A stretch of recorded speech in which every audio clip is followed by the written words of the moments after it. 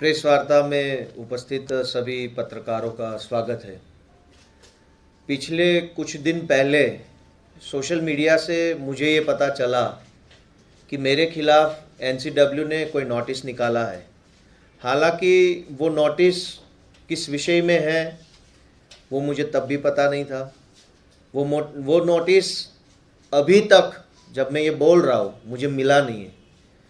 लेकिन मैं कानून को मानने वाला एक नागरिक हूँ। जैसे ही मुझे सोशल मीडिया से, ट्विटर से ये पता चला कि कोई नोटिस निकला है और महिला कमीशन ने भेजा है, क्योंकि हम महिलाओं का सम्मान करते हैं, तो हम सामने से बिना किसी इधर उधर की बात किए कि मिला नहीं है, कब मिलेगा, जब मिलेगा तब जाएंगे, कोई इधर उधर की बात किए बिना मैं आज नेशनल कमीशन ऑफ वीमेन के सामने अपना पक्ष रखने के लिए, अपनी बात बताने के लिए मैं आया।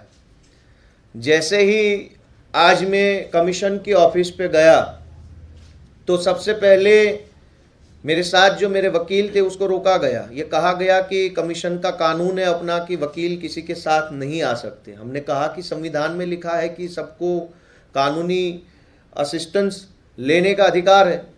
मुझे रोका गया, बोला आपको अकेले को ही आना पड़ेगा। जैसे ही मुझे फर्स्ट फ्लोर पे कमीशन की ऑफिस के अंदर ले जाया गया, जहां चेयरमैन मैडम बैठती है, उसके चैम्बर में ले जाया गया। मैंने कमरे का दरवाज़ा खोलते हुए पूछा कि मैं आई कम इन मैडम। उसने बड़ी एरोगेंसी से कोई जवाब नहीं दिया और मेरी तौर देखते हुए बोला कि बहुत ही बदतमीज हो तुम, क्या औकात है तुम्हारी और क्या हैसियत है तुम्हारी। मुझे ये कहा गया। मैं शॉक हो गया कि ये क्या भाषा है, ये किस टाइप का इन्वेस्टिगेशन है, ये किस चीज़ के लिए मुझे इस कमरे में, इस ऑफिस में बुलाया गया। मैं शॉक हो गया। मैं कुछ नहीं बोला क्योंकि वो चेयर पे बैठी है। चेयर की रिस्पेक्ट करना सिटीजन होने के नाते मेरा फर्ज बनता था। मैं सुनता रह गया। मुझे पूछा गया कि ये कौन लोग हैं जो बाहर आए हैं, क्यों आए हैं इतने लोग, और मुझे बड़े भद्दे तरीके से, बड़ी घटिया तरीके से ट्रीट किया गया। 2 मिनट के लिए बहुत डांटा गया, बहुत धमकाया गया। ये कर दिया जाएगा, पुलिस के हवाले कर दूंगी, तुम्हारे ऊपर एफआईआर करवा दूंगी, जेल में भर देंगे, क्या समझते हो अपने आप को, औकात क्या है तुम्हारी। इस टाइप की बातें खुद मैडम ने अपने चैम्बर में मुझे बताई। मैं सिर्फ सुनता रहा। मैं शॉक था, क्या बोलूँ क्या नहीं बोलूँ।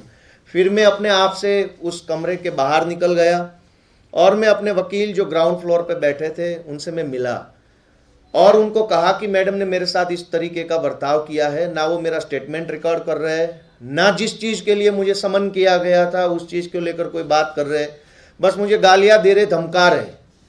इतनी देर में कमीशन की ओर से पुलिस को बुला लिया गया। फिर पुलिस की ओर इनकी क्या बातचीत हुई मुझे तो कोई पता नहीं है। लेकिन फिर मुझे पुलिस की मौजूदगी में बताया गया कि ऊपर आपको बैठना है। कुछ 8-10 लोग सिविल कपड़ों में थे। वो क्या थे, किस ऑफिशियल कैपेसिटी से वहाँ थे, क्या उनका कोई पद था, क्या वो कोई ऑथोराइज पर्सन थे, मुझे कुछ नहीं पता है। कोई एक लड़की थी जो लगातार मोबाइल से एक वीडियो ले रही थी। जब मैंने पूछा कि ये वीडियो ऑफिशियल है, मुझे बताया गया कि हाँ ये ऑफिशियल रिकॉर्डिंग हो रहा है। मैंने कहा कि इसका मुझे कॉपी चाहिएगा, क्योंकि ऑफिशियल है तो मेरा अधिकार बनता है कि मैं जो कुछ आपके सामने बोल रहा हूँ और जो रिकॉर्ड हो रहा है वो सारा मुझे मिलना चाहिए। फिर सारे लोग मिलके मुझे धमकाने लगे, डराने लगे कि क्या हो गया, क्या नहीं हो गया, क्या चीज़ है, क्या नहीं है।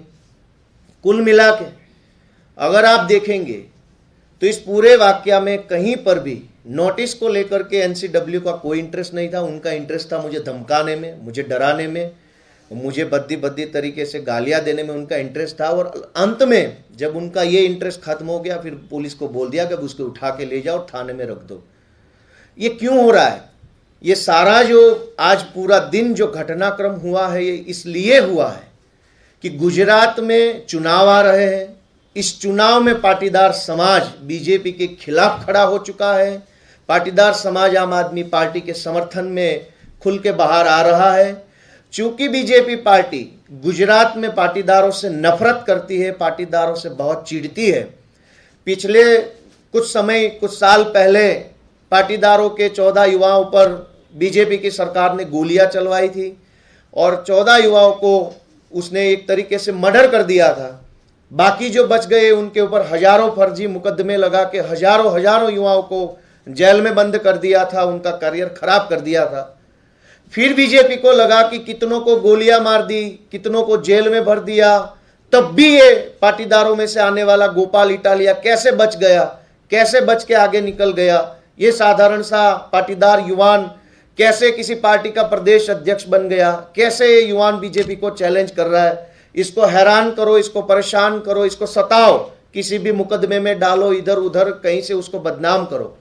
पूरी बीजेपी पार्टी इस वक्त गोपाल इटालिया के पीछे पड़ी हुई है। मैं क्या हूं? मैं कुछ नहीं हूं, एक साधारण सा युवान हूं। मेरी कोई शख्सियत ही नहीं है एक तरीके से अगर आप देखेंगे। लेकिन जब आप ट्विटर पे, सोशल मीडिया पे देखते हैं, बीजेपी के सारे विधायक, सेंटर के मिनिस्टर, पूरा आईटी सेल एक ही छोटे से आदमी के पीछे लगा के रखा है। क्यों? क्योंकि वो लोग पाटीदार समाज से नफरत करते हैं और नफरत में इस हद तक गिर चुके हैं कि गुजरात से मुझे उठाकर ओखला के थाने में बिठा दिया। यहां तक कि मेरे वकील को भी नहीं बताया कि मुझे कहां ले जाया जा रहा है। वकील को किसी और थाने का एड्रेस बताया कि यहां बिठाया है, ले जाया गया कहीं और जगह। कुल मिला के ये जो पूरा घटनाक्रम है, इसमें साफ साफ तौर पे बीजेपी की भ्रष्ट मानसिकता, पाटीदार समाज के खिलाफ की मानसिकता का प्रदर्शन हो रहा है। वो नहीं चाहते हैं कि गुजरात से पाटीदारों के युवा आगे बढ़े, आगे आए, राजनीति में हिस्सा ले, लीडरशिप रोल में आए। वो नहीं चाहते, इसलिए किसी ना किसी तरीके से गुजरात में भी मेरे ऊपर पिछले दिनों में काफ़ी एफआईआर्स लगाई हुई है।